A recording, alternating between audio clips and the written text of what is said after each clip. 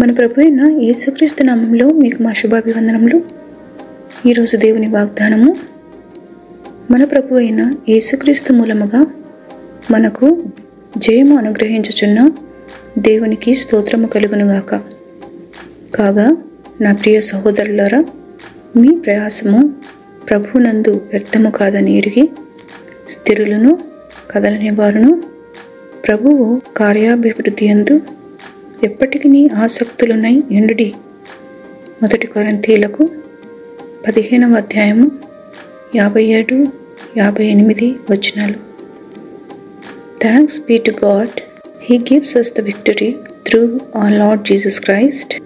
Therefore, my dear brothers and sisters, stand firm, let nothing move you. Always give yourselves fully to the work of the Lord, because you know that your labor in the Lord is not in vain. 1 Corinthians chapter 15 verses 57 and 58. ప్రార్థన.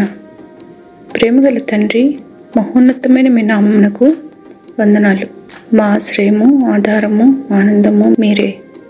మేము అడుగు వాటికంటే, ఊహించే వాటికంటే అత్యధికమైన మేలులు మాకు కలుగజేస్తూ అనుదినము మమ్మల్ని తృప్తిపరుస్తున్నందులకై వందనాలు. ఈ దిన మా ప్రతి భారాన్ని మీ పైన పెడుతూ మమ్మల్ని మీ దీవెనలతో నింపమని యేసు నామములో వేడుచున్నాము తండ్రి. Amen. Have a blessed day.